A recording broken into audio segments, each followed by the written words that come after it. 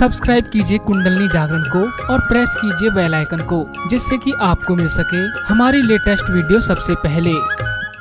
हर आदमी में कुंडलिनी है, लेकिन उसकी जागृति और उसकी गतिविधियाँ ये उस आदमी की क्वालिटी पर उसके अपने एक रहना चाहिए कि मनुष्यत्व पे निर्भर है, उसके मनुष्यत्व पे निर्भर है। माने उसकी तंदुरुस्ती कैसी है, उसकी मानसिक स्थिति कैसी है, उसकी आध्यात्मिक स्थिति कैसी है, ये सब चीजें ध्यान में लेते हुए ये कुंडलिनी का जागरण होगा। और सबसे तो बड़ी चीज है कि जब आप स्वयोग में आ जाते हैं तो कम से कम 10 साल का आपकी उम्र घटी जाती है, मुंह पर कांति आ जाती है, चमक आ जाती है और स्वभाव में एक तरह की दया, प्रेम और अंदर से बड़ा आनंद आते हैं। अपनी जो सद्गुण है उसको आनंद से मनुष्य को भोगता है। पहले तो अगर कोई ईमानदार आदमी होगा तो कहेगा देखो मैं बेवकूफ हूँ, मैं ईमानदार हूँ इसलिए मैं सफर करा। फिर वो कहता कि नहीं मैं ईमानदार हूँ, कितनी मजे की चीज है और सब लोग हो जाए तो बड़ा अच्छा। उसके एकदम जो जीवन की तरफ उसकी जो दृष्टि है, उसका जो एटीट्यूड है वो एकदम बदल जाता है और उसकी जो प्रायोरिटीज है, उसके जो मूल्यांकन है वो बदल जाता है और वो एक दूसरे ही तरह का आदमी हो जाता है। सबसे तो इसमें सबसे बड़ी लाभदायक बात यह है कि आपका संबंध उस परम चैतन्य से हो जाता है और वो आपकी सारी गतिविधियों को संभालता है और आपको पूरी तरह से आशीर्वादित करता है और इसके अनुभव तुरंत आने शुरू होते हैं। आप स्वयं आश्चर्यचकित हो कि किस तरह से हर एक चीज अपने आप घटित हो रही है, किस तरह से हर एक चीज बनती जाती है और आपको लगता है मुझे ये कैसे मिला। इसलिए कि आप आत्म साक्षात्कार हैं, इसलिए कि परमात्मा ने आपको अपने साम्राज्य में राज्य दिया। वो साम्राज्य ऐसा है कि मोस्ट एफिशिएंट, अपने लिए गवर्नमेंट गवर्नमेंट जैसे नहीं, मोस्ट एफिशिएंट है। इतना ही नहीं, वो बहुत प्रेममय है और आपकी हर एक गतिविधियों को देखता है और आपको इतने प्यार से रखता है, आपको इतना संभालता है कि आप आश्चर्यचकित हो जाते हैं कि इतना मेरा गौरव और इतनी मेरी शक्ति कहाँ से आती है। ये सब आपके अंदर निहित है, आपके अंदर है, इसको आपको प्राप्त करना चाहिए। यही मैं आपसे कहना चाहती हूँ और उसके लिए कुछ मेरा आपका देना देना नहीं, आपकी अपनी शक्ति है। एक दीप जला हुआ दूसरे दीप को जला दे, उसमें कौन सा उपकार है। फिर उस दीप को चाहे कि वो भी दूसरे दीप को जला दे, यही उसका कार्य है और जिसी से उसको भी एक तरह का बड़ा भारी आशीर्वाद। इस तरह से आज हैदराबाद में मेरा आखिरी दिन है और मैं चाहती हूँ कि आप लोग इतने बड़े तादाद में यहाँ आए हैं और आप इसी तादाद में फिर से हमारे सेंटर से आए। हमारे सेंटर बहुत सीधे सरल है क्योंकि हम पैसा ऐसा लेते नहीं किसी से और सादगी से रहते हैं। उसकी कोई जरूरत नहीं कि बड़ी इमारत हो या कुछ हो, वहाँ आकर के परम चीज को आप प्राप्त करें और इससे अपने जीवन को और सबके जीवन को खुशहाल करें। ये हुए बगैर संसार बदल नहीं। संसार के लोग ऊपर से बहुत अच्छे बनते हैं पर अंदर से उनके अंदर बहुत घृणित बातें हैं, बहुत ज्यादा स्वार्थ, और ये ही नहीं वो समझ पाते कि हम सब एक ही परमात्मा से बनाए गए हैं और हम सारे उस परमात्मा के अंग पुत्र हैं। जब ये घटित हो जाता है तो इसका साक्षात ही हो जाता है कि दूसरा कोई है ही नहीं और सारी चीज जो है एकदम बदल जाती है। तो हमें अपने बच्चों के बारे में भी सोचना चाहिए और हमें सारी दुनिया के बारे में सोचना चाहिए और ये हमारे भारतवर्ष का एक बड़ा भारी धरोहर हेरिटेज है हमारा और इसे से सारी दुनिया को हम प्लावित कर सकते हैं। तो हमारे ऊपर बहुत बड़ी जिम्मेदारी है कि हम इसे प्राप्त करें। जिन्होंने गणपति का ग भी नहीं सुना, जिन्होंने ईसा मसीह को नहीं समझा, जिन्होंने मोहम्मद साहब को नहीं समझा, ऐसे लोग आज कहाँ से कहाँ पहुँच गए। तो जब आप लोग इतने ज्यादा इस चीज को जानते हैं, आपका क्या कहना। और आप विशेष लोग हैं जो इस योग भूमि में पैदा हुए हैं और इस योग को आप प्राप्त कर सकते हैं।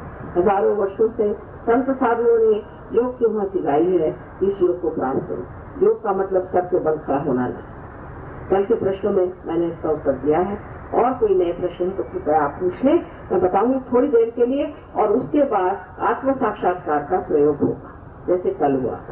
अपनी उम्र के 62-63 साल तक मुझे चश्मे की जरूरत नहीं थी, पर इससे भी ज्यादा पावरफुल, बहुत पावरफुल ऐसे मेरे ऊपर लाइट छोड़ते हैं क्योंकि ये लोग इस तरह वो आप जान रहे हैं इस तरह के 3 कैमरा मेरे ऊपर लगा करके और मेरे वो लोग स्टेज बना रहे हैं। मैंने कहा भाई टेप काय तो बना रहे नहीं, कहने लगे कि माँ आपके बाद लोग दुनिया देखेगी क्या है, तो इतने बड़े बड़े लाइट लगा लगा इससे आपको पैसा डाल दिया। और ये तो कुछ भी नहीं है, इससे भी मेरे ख्याल से 10 गुना ज्यादा पावरफुल लाइट्स मेरे मुंह पर फेंकते, और मैं उसे क्या करूँ, कितना समझाऊं, तो भी वो लाइट पूरी समय मेरे 24 घंटे जब तक मैं बैठी रहूंगी तब तक रहेगा। अगर मैं 24 घंटे बैठी रहे तो 24 घंटे तक मेरे ऊपर बैठा। इसलिए थोड़ी सी आंख में जरूर शिकायत हो गई है मेरे कि वैसे तो दिखाई देता है पर पत्तों में थोड़ा सा लगता है, तो उसमें कोई बड़ा बड़ी दोष तो नहीं इसमें कि आपने क्यों ऐसा किया। फिर एक साहब ने एक और सवाल पूछा कि आप होटल में क्यों आए, आपको पैदल आना चाहिए। तो साहब मैं क्यों पैदल आऊँ, मेरी समझ में नहीं है, ये क्या जबरदस्ती, क्या मैं पैदल आऊँ, जब मैं इंग्लैंड जाती हूँ, अमेरिका जाती हूँ, तो मैं पैदल चल के जाऊँ। अजीब अजीब इस तरह की छोटी छोटी ओछी बातें पूछने वाले लोग सहयोग के लायक हैं, छोटी छोटी बात और बहुत ही उच्छृंखल है, मतलब सुपरफिशियल है। जैसे कि एक साहब ने कहा कि आप वहाँ बैठे थे और आपको चारों तरफ फूल थे लगाए इन लोगों ने, है क्या हर्ष है, तब मुझे फूलों का शौक है, इसमें कोई हर्ष है? समझ नहीं आता। दुनिया में लोग जब कोई आदमी परमात्मा की बात करता है तो वो सोचता है कि वो बस एक लकड़ी से ऐसा लकड़ी पे खड़ा हो जिंदगी भर के, ऐसा नहीं है। जो आदमी इस तरह से सोचता है उसको बिल्कुल परमात्मा के बारे में कल्पना है।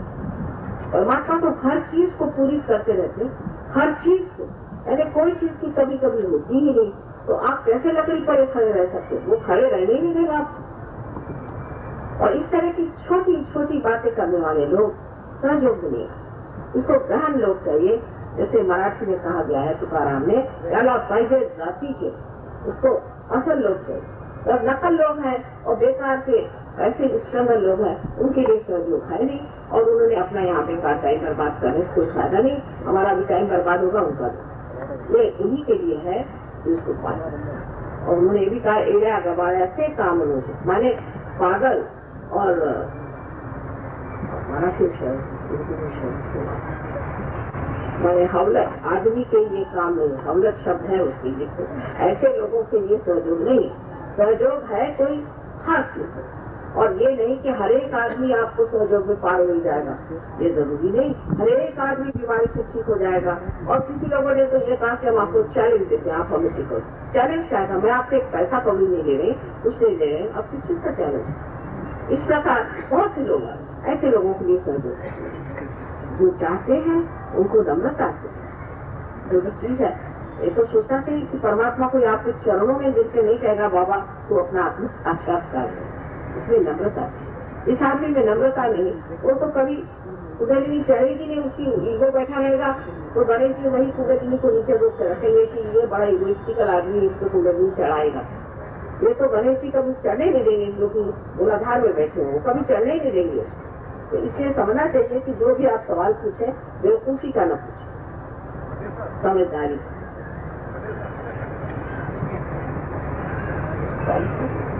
What is transcendental meditation? What is different? I got it. This is a nice question. Transcendental meditation. All right, I don't mind. अब ट्रांसीडेंटल मेडिटेशन एक नमूना है, वो भी उसके बारे में मैं ऐसे बताऊं कि इसके बारे में मुझे ज्ञान कैसे कि एक साहब थे, वो ट्रांसीडेंटल मेडिटेशन का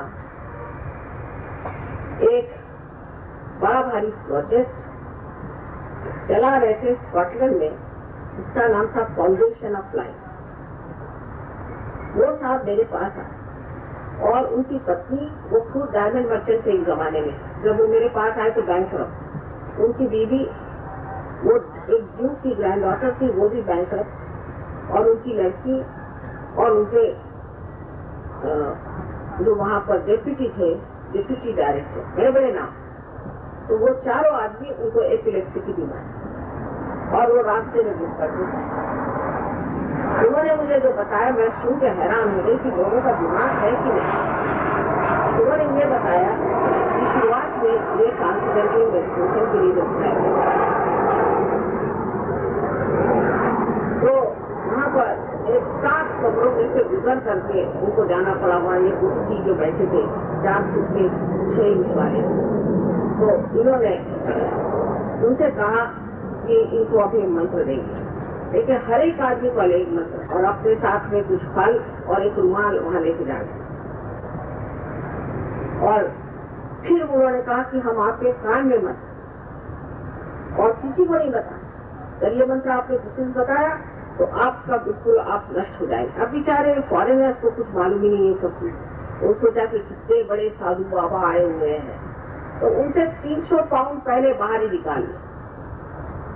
300 पाउंड यानी 300 आजकल के जमाने में वो 300 इंटू 30 कर लीजिए, उस जमाने में भी 300 इंटू 21 था।